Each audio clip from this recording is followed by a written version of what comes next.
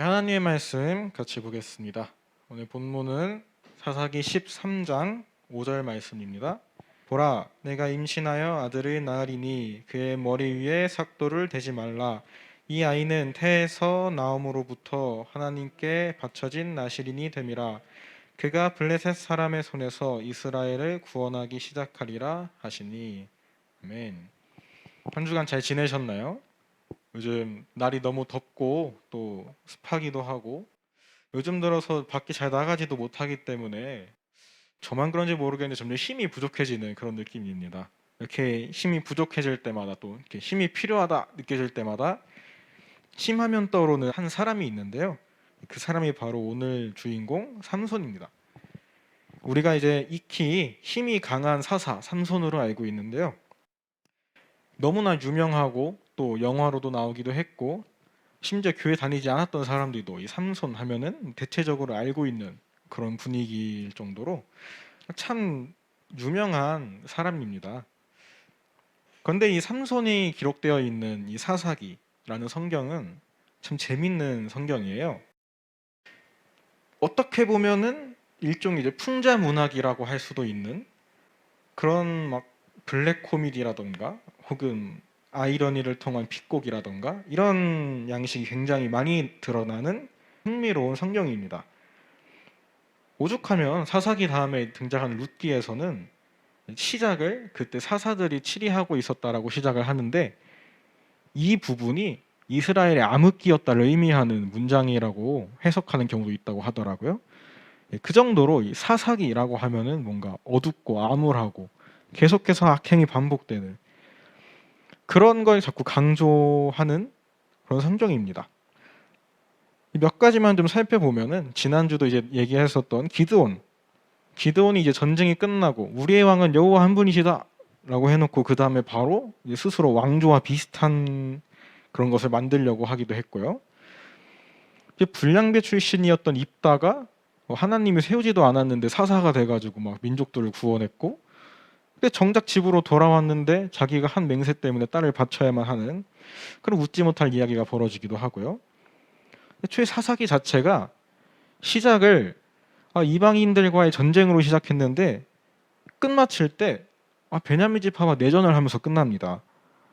이렇게 뭔가 이게 이상한데 이거 아이러니한데 라고 느껴지는 부분들이 이제 상당히 많은 것을 우리가 볼 수가 있습니다. 오늘 나는 삼손의 경우는 이런 것이 저 개인적으로 느끼기는 참 많은 그런 사람인 것 같아요. 오늘 제목 나실인 삼손을 보시면 어떤 생각이 드시나요? 이 나실인이 누구냐면 민수기를 보면 6장에 이제 쭉 나와 있습니다. 예, 글씨가 작아서 보이기가 좀 어려우실 것 같은데요. 조금씩 보면요, 먼저 이제 스스로 서원한 자입니다. 하나님 앞에 스스로 나실인으로 서원을 하고 또 포도주와 독주를 마시지 않고 또 포도와 관련된 어떤 것도 이제 먹지 말라고 하고 머리를 깎지 말라고 하고 또 이제 시체라고 하면은 이제 부모나 형제의 시체조차도 접근하지 말라. 그래서 이제 정결함을 지켜라 이제 이렇게 써 있는 것을 볼 수가 있습니다. 하나님의 일을 하는 가장 경건한 일꾼이라는 그런 나실인과 정말 그 사사라고 하기도 민망한 이 삼손의 이미지, 이게 잘 매치가 되시나요? 오늘 본문을 다시 한번 읽겠습니다. 보라, 내가 임신하여 아들을 낳으리니 그의 머리 위에 삭도를 대지 말라. 이 아이는 태에서 나옴으로부터 하나님께 바쳐진 나실인이 됨이라. 그가 블레셋 사람의 손에서 이스라엘을 구원하기 시작하리라 하시니.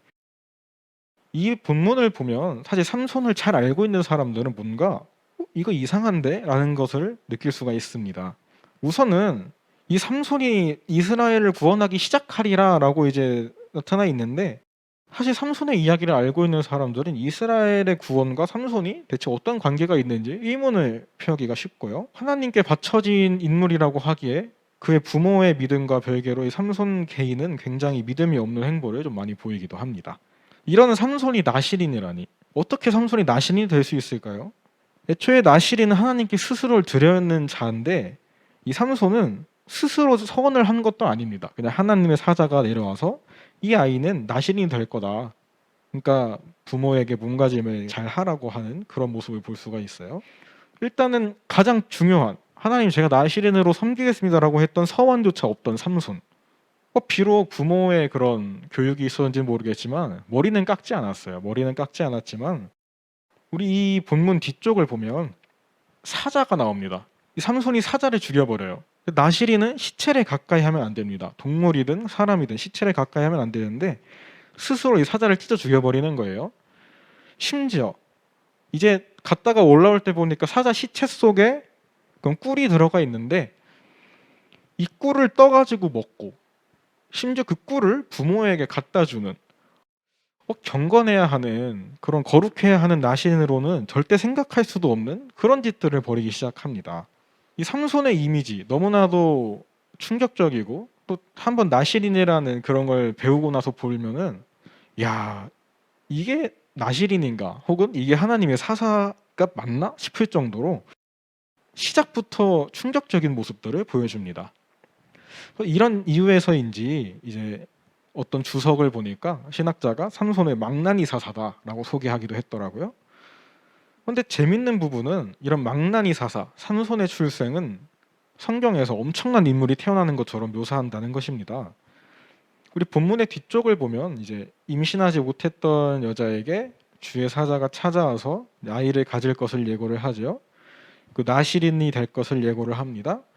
그 더 뒤를 보면 이제 아이가 자라면서 하나님께 복을 받고요. 주의 영이 그 아이를 움직이기 시작한다고 써 있습니다. 어떻게 보면 어떤 위인전의 시작이라도 할 수 있을 것 같은 하나님의 엄청난 영웅이 태어난 것과 같은 그런 시작으로 삼손의 이야기가 시작되는 것이에요. 이런 부분들은 마치 이제 아브라함이 이삭을 갖게 되는 장면이라든지 혹은 우리 신약으로 넘어와서도 침례 요한의 잉태라든지 혹은 예수님의 잉태까지도 그런 위인들의 기사와 오버랩되면서 삼손에 대한 기대를 우리가 품게 만듭니다. 그런데 이런 부분 때문인지는 몰라도 이 삼손이 어떤 위대한 사사라고 착각을 하는 사람들도 은근히 있더라고요. 제가 이제 위키페디아를 들어가 봤더니 나시린의 대표 인물로 삼손이 써 있었습니다. 내용을 알고 보는 저는 굉장히 웃겼죠. 삼손을 나시린의 대표로 적어 놓다니. 이 삼손의 행보와 그런 나시린의 이미지 너무나도 맞지 않는 이 이미지를 보면 우리가 참 실소를 하게 만들고 앞에서는 막 엄청난 주의 영웅이 태어난 것처럼 기록을 했지만 뒤로 가면은 믿음이 있어 보이지도 않고 블레셋을 치기는 하지만 이것이 하나님의 사명감이 아니고 개인적인 복수, 그 여자의 눈이 멀어가지고 이 나시린으로서 가져야 되는 어떻게 보면 유일하게 삼손이 지키고 있었던 머리를 깎지 말라던 하나님의 명령조차도 이 여자 때문에 포기하게 돼버리는. 그래서 이제 잡혀가서도 마지막에 하나님께 회개하기는커녕 하나님 제가 하나님의 사명을 감당하겠습니다라고 이제 고백하기는커녕 하나님 내 눈을 뽑아버린 이놈들에게 복수하게 해주십시오라고 하면서 기둥을 무너뜨리는 이런 모습을 보면 정말 삼손이 일단 사사는 맞는지 사사는 맞다고 쳐도 나시린이라고 정말 할 수가 있는지 우리가 의문을 갖게 만듭니다. 여러분 만약에 이런 삼손이라는 이름 앞에 우리가 위대한 사사, 하나님의 경건한 나시린 이렇게 붙여서 삼손을 부르게 된다면 우리는 어떤 반응을 하게 될까요? 아마 저 같은 경우는 되게 웃길 것 같습니다. 야 삼손이? 하면서. 그런데 말이죠. 우리에게 똑같이 붙여보면 어떻게 될까요? 여기 전도사님이 계시니까 하나님의 경건한 전도사, 그리스도의 훌륭한 몸된 교회 전도사라고 했을 때 주변에서 보았을 때 이야 정말 그렇다 라고 할 것인지 아니면 저 사람이? 라고 할 것인지. 만약에 저를 보고 그런 식으로 누군가 소개할 때 제 학창시절을 아는 사람들이 보면은 말도 안 된다며 폭소를 할 것입니다. 제가 그런 사람이라고? 심지어 지금의 저를 알고 있는 사람 일부도 야 경건한 전도사라고 하면서 비웃을 것입니다. 우리가 삼손을 보고 웃었듯이 그의 일생을 보면서 이게 사사라고 라고 웃었듯이 누구는 집사로, 누구는 권사로, 저처럼 전도사로, 목사로 혹은 교사로 불림을 받고 쓰임을 받고 있는 우리가 하늘의 천사들, 하나님이 볼 때든 아니면 다른 누군가가 볼 때든 그런 직분을 붙여놓고 우리를 보았을 때 우리가 삼손을 보고 비웃듯이 비웃지 않을 수 있을까요? 삼손은 비록 이렇게 망나니였음에도 불구하고 하나님은 그를 통해서 하나님의 뜻을 이루십니다. 삼손은 하나님의 일을 하려고 한 것이 아니에요. 그냥 여자가 마음에 들었고 그래서 결혼을 했고, 근데 결혼해서 이 친구놈들이 수작을 부리니까 좀 혼내줬고, 이런 식으로 자기의 욕심을 위해서 일을 하는데, 아이러니하게도 하나님은 그것이 하나님의 계획을 이뤄가는 과정이라고 말씀을 하십니다. 심지어 우리가 삼손 어릴 때는 물론 삼손의 힘의 비결이 머리털이다라고 이제 많이들 얘기를 하고 배웠지만, 어느 정도는 맞는 말이지만 결정적으로 보면 삼손의 그 놀라운 힘은 주의 영이 강하게 임하실 때 나타나는 것을 볼 수가 있습니다. 사사기 14장 6절과 19절, 15장 14절을 보면은 대표적으로 그렇게 나와 있고요. 또 힘이 빠졌을 때 머리카락이 밀렸기 때문에 힘이 빠졌다가 아니고요. 하나님이 그를 떠났기 때문에 삼손이 힘이 빠졌다고 이제 16장 20절은 우리에게 말하고 있습니다. 이렇게 삼손의 믿음이라고는 찾아볼 수 없는 것 같은 삼손에게, 이 사사로서의 역할을 온전히 감당하고 있는 것 같지 않은 삼손에게, 나실인으로 선택을 받았지만 이 나실인으로 살고 있는 것 같지 않은 삼손에게 성령이 임하고 주의 계획이 이뤄진다는 것은 우리에게는 경고를 주는 듯합니다. 우리가 믿음이 정말 있는 것 같이 살았는데 삼손의 머리카락처럼 교회를 나오고 교회 생활 열심히 하고 사람들과 교제도 열심히 하지만 그것이 나의 신앙이 아니라고 할지언정, 나의 믿음으로 이뤄진 그런 행동들이 아니라고 할지언정 하나님이 역사하실 수 있고 우리를 통해 일하실 수 있다는 말이에요. 그러니까 우리가 한번 잘 생각해 보기 원합니다. 누구는 기도를 해서 병이 낫고요, 누구는 예언을 하고요, 누구는 방언을 하고요, 그 방언을 해석하는 사람들도 있습니다. 이 사람들이 하나님께 분명히 은사를 받고 일을 하고 있는 것에는 틀림이 없어요. 그런데 그 사람들의 현재 마음이 하나님을 정말로 온전히 믿고 있는지, 하나님이 주신 일을 정말로 자기 욕심이 아니고 하나님의 사명으로 감당하고 있는지는 본인과 하나님이 알 것입니다. 우리는 정말 삼손과 같이 비웃음을 받지 않는 사람이 되기 원합니다. 하나님이 우리를 보았을 때, 그래, 너는 나의 훌륭한 종이었다, 너는 나의 훌륭한 제자였다, 너는 나의 훌륭한 교회였다, 이렇게 이야기하실 수 있기를 주님의 이름으로 축원합니다. 여러분, 예수님은 이 땅에서 사명을 이루기 위해서 철저히 아버지의 뜻을 살아 사셨습니다. 하나님과 본질상 동등하신 분이십니다. 아버지와 아들이지만 같은 하나님이심에도 늘 아버지를 먼저 생각하고 늘 아버지를 앞에 내세우시고 늘 겸손하시고 스스로 하나님이심에도 불구하고 아버지께 늘 기도하셨습니다. 심지어 그분의 피조물들이 그분을 비웃고 혹은 채찍질을 하고 또는 박해를 할지언정 그들에게 분노하기보다도 사랑으로 품으시고 끝까지 참으시는 모습을 우리가 볼 수 있습니다. 이런 예수님의 모습으로 인해서 종교에 상관없이, 믿음에 상관없이 예수님은 성인으로 우리가 모두가 인정을 할 수 있는 것이라 생각을 합니다. 여러분, 우리는 어떤 신앙인으로서 신앙인들에게 인정받는 것이 우리의 목표가 아닙니다. 제일 먼저는 하나님께 인정받는 것이 중요하지만 세상 사람들이 봤을 때도 저 사람은 정말 신실한 사람이다, 신실한 그리스도인이다 라고 우리가 평가를 받기를 원합니다. 그것이 하나님이 우리에게 주신 사명 중 하나라고 저는 생각하고 있습니다. 모두에게 인정받고 지금도 인정받고 계신 예수님처럼 우리가 그 예수님을 닮아가는 그런 우리들이 되기를 주님의 이름으로 축원합니다.